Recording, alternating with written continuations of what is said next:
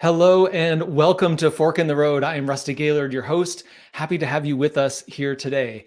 Fork in the Road is a conversation with smart, successful people who have done a lot of interesting things in their lives, who've had twists and turns.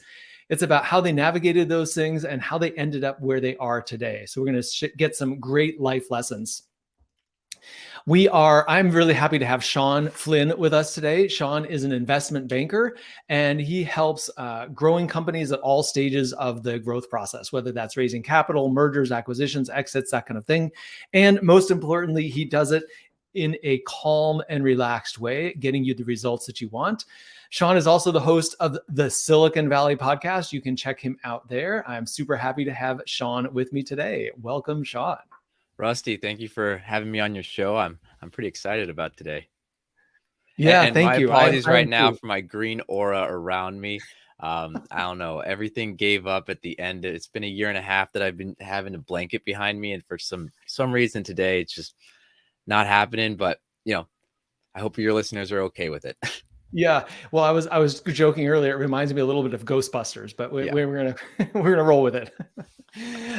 Well, hey, I want to just jump back to the first part of your career journey because you were in 3 or 4 different countries and continents within the first couple of years of your career, which is pretty interesting for someone right out of college. Like, take us back to that moment and how did you end up doing that and making those changes? And was that natural or was it scary? Like, how did you bring yourself to just jump in and go like that? Well, to be honest, nothing was really prepared. And for your listeners, my journey out of college, I went to Costa Rica for almost 2 years, then mainland China, then Europe, then back to China. So in total, almost 8 years, I was overseas straight out of college. And to be honest, a lot of it was, well, just not wanting to get a real job, not wanting to go to the corporate world, hearing those horror stories from my buddies. But it actually all initiated was I had a friend from college. She was in the Peace Corps in Costa Rica.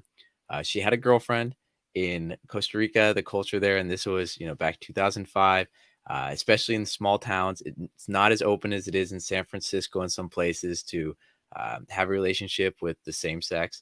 And basically she said, hey, do you want to come down here and, be the pretend boyfriend from America so all the locals leave me alone? And I just graduated college. I'm unemployed. You're like, what am I doing? And you're like, okay, I'll go there for, a couple months. It'll be fun.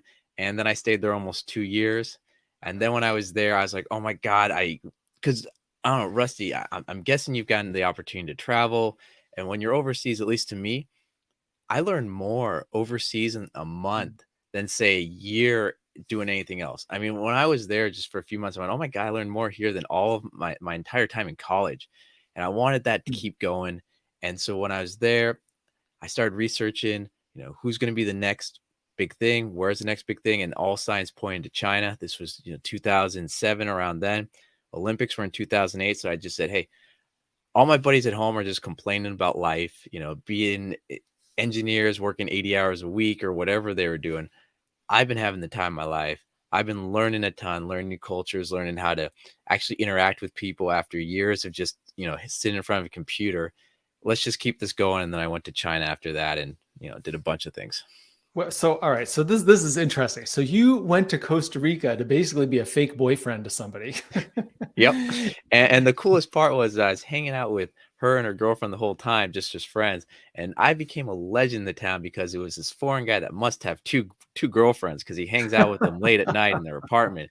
And really, I'm just watching a movie with them. But I'm not sure, small towns, fire's big, Pueblo Pequeño, Fuego Grande, rumors spread. I become a legend. I don't know. I still think probably stories are told of me there, but That's hilarious. That's hilarious. I mean, there's a lot of humor in that. But the other thing you said that I thought was really cool was when you take yourself out of the normal environment, your learning curve can go way up and you get a totally different perspective. oh, I mean, not only did you learn a lot, but then you're still in touch with friends back in the US who are just, yeah, I'm just going to my job, I'm doing my normal thing. And you're having this really stimulating kind of growth oriented experience, which then leads you on this path over to China, which, and then anyway, to move around. So I think there's something really interesting there about being willing to take yourself out of your comfort zone. And when you do, how much you can learn and the different perspective you can get. Oh gosh, especially when you isolate yourself. I mean, for me, my remember the Peace Corps is in this town. So my interaction was every Sunday walking an hour and a half to the only internet cafe to get, 56 of dial up to try to send a few emails. And the rest of the time is me with my intro to Spanish book, sitting at, I volunteered at an elderly care facility because they just want to speak to anyone. So they would just tell me stories of their kids, and I would sit there listening and shake my head, going, "Okay, que es este? Esta fotografía." And then I would sit in the park talking to people. So all day long, I was just talking to people, and at first few months, you're just looking, guessing, and then finally you're getting a couple words, and then eventually you try to respond and you realize how everyone's just making fun of you this whole time and you didn't know this. And then finally, like at the end, you start getting some banter back and forth and you're like, all right, I'm handling myself. And it's weird having dreams in a different language. It's weird how tired you are just mentally from that strain of your brain's going to hyperdrive. But I don't think there could be any situation where you learn more when you're put in a situation where you're not familiar with anything. So so you did that and you were in Costa Rica, and then you basically did a similar thing in China, right? You jumped over to China, you got started there, you lived there for a couple of years. You said then you moved again and then back to China? Yeah, so I was there for about 2.5 years Mhm. before my departure to Europe. And in that time, I started a couple companies. The third one actually did good, and it was kind of on autopilot at that time. My dad's side of his family is from Ireland. I'd never been there, always wanted to go. And I thought, okay, the business is going good. It's on autopilot. I can leave for a little while. And I went to Europe and I'm not sure if you've heard of Wolfer. It's an exchange where you work for like 3 or 4 hours a day and they give you room and board.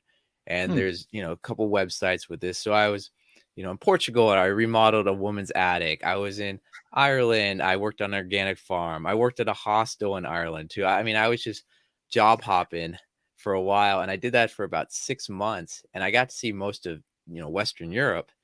And I also was visiting people I met when I was in China that were their students. But then when they back home, they're like, hey, when you come to Europe, hang out with me. So I hung out with the professor I met when he was giving a lecture at Tsinghua Daxue back in Belgium when I visited there. I hung out with a buddy that was from Berlin that I met through a jujitsu class in Beijing, China. It was just an amazing time, but it wasn't as challenging as China. Like China's Mhm. for me, it's the ultimate challenge. The language, no matter how long you're there, you're never fully understand it. The characters, you're like, what is that little symbol thing next to it? It looks like, a rock or a bug or water or whatever. I forgot it.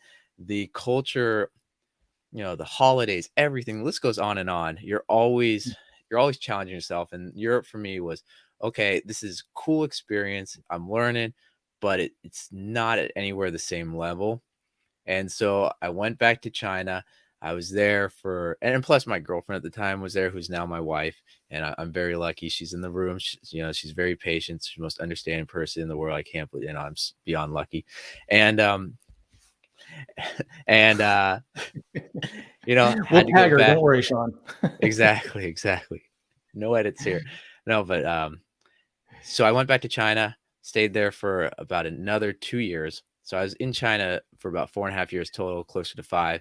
And then it was time to come back to the US. But I mean, even to this day, I don't know it's so challenging there from a Westerner, just looking at everything, just interactions. Mhm. It's a different world, not a different country. And, same with Korea, same with Japan, same with a lot of places. But I definitely highly recommend to everyone travel as much as you can when you're young. If you have the opportunities to live abroad, definitely do it. It Mhm. opens up so many doors later in life. Yeah. Well, so you mentioned one of the reasons originally that you went to Costa Rica, right? You started this travel adventure, which went on for a number of years, 8 years, I think you said. Yeah. Um, One of the reasons you went is you didn't want to go take a job, take a big corporate job. And so you went off, you had this amazing experience, 8 years and living in a variety of different countries. And then you came back and you got what, in my mind, is the quintessential corporate job, which is banking. And Oh, I'm just like, no. When I came back, no, not at all. I was a personal trainer at 24 Hour Fitness. Okay. Like my So there's more to evolution it. to the banking, I mean, it's stories. Talk about forks in the road. We're talking like 15 different turns here and there. But Yeah. All right. So you came back as a personal trainer. So how in the world do you go from that to working in investment banking? so the personal training came. So in full disclosure, my dad had passed. That's why I came back to the US to help out my family. And I needed something very flexible where, I could, because he didn't have a will, and there's, rental Hmm. properties that people didn't pay. It was bad. So I had to spend that year organizing everything, getting things in order. So I needed something flexible. So I was thinking, okay, either personal trainer or maybe real estate agent or something like that. Real Mhm. estate, I was like, okay, it's going to take 10 months, maybe a year before I actually am able to sell anything. Personal trainer, I just need these certifications. Oh, I can do it in 30 days online. Perfect, done. Work on that. I had a good amount of savings from when I exited my company at the end there in China. My partner bought me out before coming back to the US. So I had some, but when you change $7 to one and you live in San Francisco, the it goes by quick. But I Yeah. strategically did this where I went, okay, I applied for one gym. I applied for the 24-hour fitness on Sutter Montgomery, which is a financial district in San Francisco. I kind of targeted my clientele as all C-level executives at startups or yeah, you can do background on who you take on as clients. So I was really positioning myself as, okay, I'm now here. I'm going to use this job to, well, one, get paid, but build out a network here in San Francisco that I can leverage later. And that network was fantastic because I'm getting paid. And then after about 6 months of building rapport and relationship, people start saying, hey, why don't you, get a sales job at my company? You're good with people, or hey, I know someone that I know this person, and you start getting job offers all the time. And Rusty, going back, this was the time I was studying NLP, neuro linguistic programming, which we talked about before the show, which I highly recommend everyone studying. Mirror match it in, keywords, the communication of the different senses, all that stuff. And in that process, I got a job work because corporations, big companies didn't want to hire me. They all thought I was going to quit in a year. I, interviewed at Salesforce, ADP, you name it. I got warm intros to get the interview. And then the person interviewing basically was like, hey, we took the interview because of who made the intro. But truth be told, we think you're going to leave us after a year, get bored because we know your background. You've traveled the world, you've had companies, you've done all this other stuff. We don't think you're going to sit at this desk here for the, years ahead. And I'm like, this is Silicon Valley. Everyone leaves in a year, and I need money. I think I'm going to be here longer than you think, but they didn't want me. Startups loved me. Startups were like, oh, we want this guy. So I worked at a company that my buddy founded. I was an account executive. The company didn't last that long. I only made it about 8 months. But in that time, I got to meet a bunch of angel investors. One of them was the founder of Bay Angels. He's a world traveler. We shared stories. I then asked them, hey, I got time if you want someone to screen deals for you guys. They said, yeah. Screen deals. That was the intro to, building a relationship with a bunch of angels, with a bunch of investors, which then I pivoted into doing cross-border deals, which then I pivoted, making intros to investment bankers and VCs, to then having the investment bank that I made an intro to that they made a lot of money off of, sponsor me for all my banking licenses, which then led me to the bank I'm at now. And this one was because about 6 years ago, I made an intro to one of the bankers there after they raised a bunch of funding for a company. They were looking for a new manufacturer in China. I had connections, so I just made the intro. We stayed together. And it's crazy how something that you do 5 years ago just to help someone out, leads forward to today. So through that journey, I mean, I think there's like 6 different paths that all Oh built yeah. up on a relationship from before. Well, so I think this is fascinating because I talk to so many people in Silicon Valley in the tech world who are plotting out their career, right? They're like, okay, well, if I do this for the next 3 years, then maybe I need to get this experience, and that's going to enable me to go to this position. And Mhm. it's a very strategic, kind of planned approach to career. And what I hear in you is the other end of the spectrum, right? I mean, they're like, I did hear there was some strategic thinking around the personal trainer role, not only because it gave you the flexibility you wanted, but specifically the kinds of people you wanted to connect with. And so I'm hearing in you, not a lot of planning in terms of where you want to go, but a theme around pursuing interests, but also connecting with and supporting other people. And I it mean, sounds like that's something that you did throughout your career, and it's really set you up well. a lot of that goes back to when I was in China, because for me, it was always before that, make money, make money, make money. But then when I was there, I learned make relationships, make relationships. And, I remember one of my Chinese teachers telling me, when you've made it, you never need to bring money anywhere. And I was like, what do you mean by that? Doesn't make any sense. She's like, when you're at that level, you don't pay for anything. People give it to you. If you go into a place, they give you gifts. You do that. And I was thinking, I was like, well, maybe in China, if you're, politician or someone. And then I started thinking about it more. I'm like, whenever that person's successful, I buy them lunch. Hey, wait, this person, I asked for their time. And it just made me think like it actually really is all relationship based. So I always try to, build and maintain that relationships, and then opportunities I just see come because of that. Mhm. Once someone knows, likes, and trusts you, they want you in their inner circle, and they'll say, hey, these are some opportunities. Are you interested? So my career journey has been more, hey, Shawn, I have an opportunity for you. Are you interested? Yes or no? And, then I think about it and go, okay, if it's a yes, what does that mean? What next steps do I have to take? If it's a no, that's fine. So for me, a lot of my steps moving forward is me thinking, okay, I want just to improve myself, make myself better, improve my relationships, make them stronger. And then in that process, just bigger opportunities have arisen. And then I work really hard. I'll be honest. If there's something I want, if it's, hey, Shawn, you need to take these licenses, day and night, I'm studying for it till it gets done. I think it's that whole, I did mechanical engineering undergrad, and everything's about, processes, orders, Mhm. steps. And, with NLP as well, you got your goal, you break it down into littler chunks. And then, okay, how do I get to the next steps? Which of these, milestones are important, which aren't? Okay, let's focus on these. I think through all that, it's just, you learn these things, you use them later. And right now, at least the last few years of my life, it's really kind of, you just kind of see almost the next 6 months, the next year, the next two. Going past that, yeah, it's a lot of guess, what's 5 years down the line. But I Mhm. really think that you can kind of have a good sense of where you can be and work backwards and get there. Yeah, I mean, I'm a huge advocate for that. For people who are thinking about their career, is to think ahead a couple of years. Where do you want to be, and not in the way of like, a lot of people will answer, what do you think you can achieve, or what do you think is possible, or how fast could you grow from where you are? It's none of those questions. It's really much more about success in the broadest sense of the word. What Mm, does success look like for mm, you? And it's not just work, right? There's multiple elements, which actually is a good little segue, because one of the things I think is fascinating about you, Shawn, is um, you're a little bit of the modern day Renaissance man. I mean, I'm kind of perusing your LinkedIn profile. Is like, oh man, not only is a banker by day, but you're running the Silicon Valley podcast, which is a huge podcast interviewing fascinating people.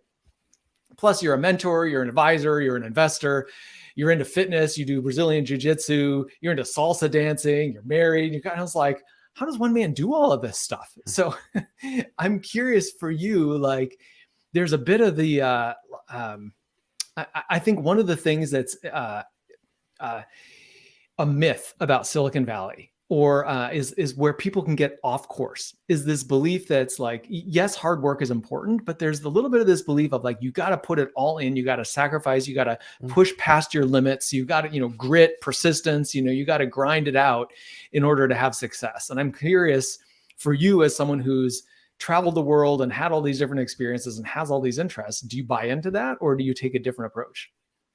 Yes and no. I definitely, okay, personally for me, I'm able to do it, all this stuff because it's very strategically done. Mm, Actually, if you step back and look, I'm actually very laser focused.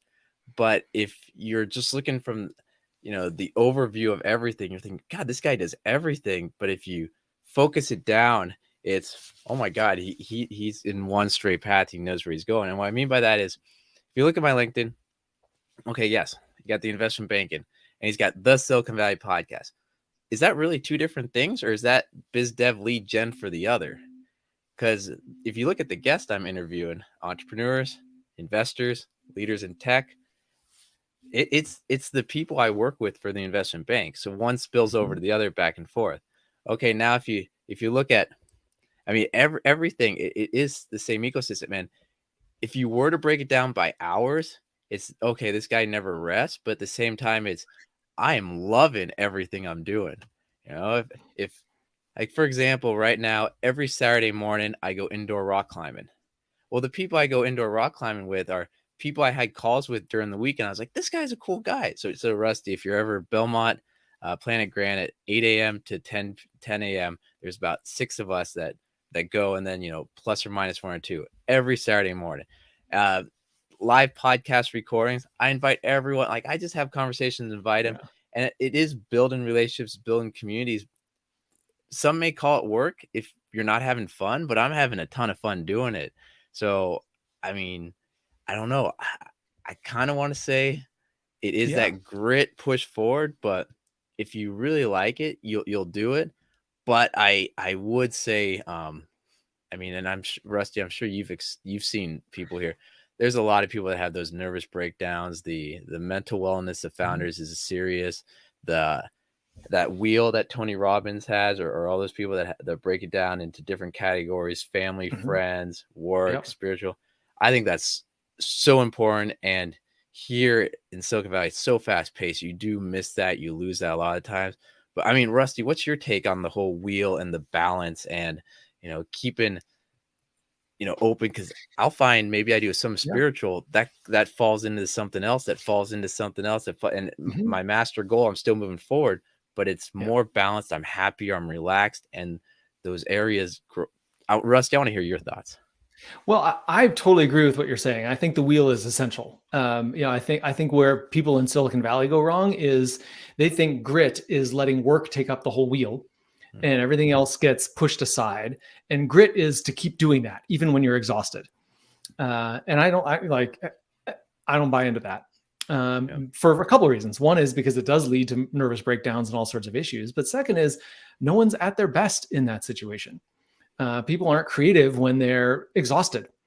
Mm, And so one of the things I inferred from what you said was you enjoy the journey, you're not just focused on the destination. Of course you are, but it's not just about reaching the destination. You're having fun and you're attentive to the different elements in the wheel. mm, So as you're looking at family and spiritual well-being and physical health and relationships, as well as your work, and you're mm, finding where those things can intersect, and you can do more than one thing at a time, like the rock climbing, which is both mm, business associates, it's fun, it's exercise, it's social, right? It's all of these things bundled together. mm. Well, I think with that, I think if you're enjoying the journey, the destination can change all the time. Like, Yeah, really, I which is mean, yes, you're, it's you're a like, case in point. yeah. And I think by having that, I don't know, life is just so much more interesting. I Yeah. mean, let's be honest. I mean, who would have guessed? Like, my wife and I love to do indoor rock climbing. I mean, now we look forward to that every Saturday, and she's inviting friends out, and now it's like that bonding for us doing it together. And who would Yeah. have guessed all that stuff? I don't know. Amazing. Yeah. Hey, Shawn, we could go on and talk about this for a long time. You've got such an interesting background, and thank you for sharing some of these little nuggets with us, because I think there's a lot of good takeaways here for the listeners to go think about how does this stuff apply in your life, right? Relationships and thinking holistically about all aspects of your life, and still being strategic and willing to put in the time and effort to Mhm. go move forward towards what it is you want. Lots of good takeaways. So, how can people connect with you? And if they've got a business interest or they want to hear more about what you're up to, what's the best way to reach you? The best to connect with me is on my LinkedIn, Shawn Flynn. All my social media handles are Shawn Flynn SV. That's ShawnFlynn. And the podcast that was referenced earlier is the Silicon Valley Podcast.com. I'm on Twitter, all those things, but I'm on LinkedIn the most. Connect with me on LinkedIn. And if you have any questions about mergers, acquisitions, raising growth capital, secondaries, please contact me. I love building relationships as early as possible. 1, 2, 3 years before you want to do any transaction. I want to answer your questions. I want to help you out and put you in the right direction. So contact me. And before anything, Rusty, I got to thank you. And I want to thank Steve Hoffman for making the introduction. So Yes, Steve's shout the out to man. Go Steve for the Captain. intro. Yes, Captain Hoff is great. Well, Shawn, thank you so much. This was fun conversation.